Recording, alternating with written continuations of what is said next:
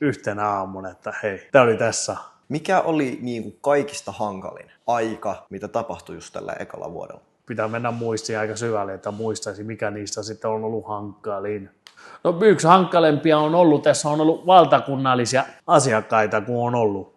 Tässä pari kertaa on käynyt, niin kuin puhutaan, niin kuin 30 pinna on ollut liikevaihdossa tullut yhden asiakataholta. Ja ne on sitten päätänyt sopimus yhtenä aamuna, että hei, tämä oli tässä.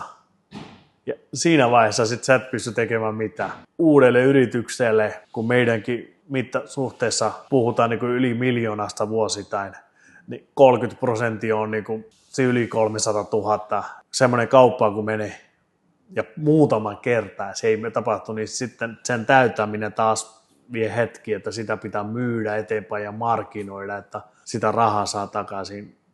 Siitä on käyty muutaman kertaa läpi ja se on ollut yksi vaikeimmista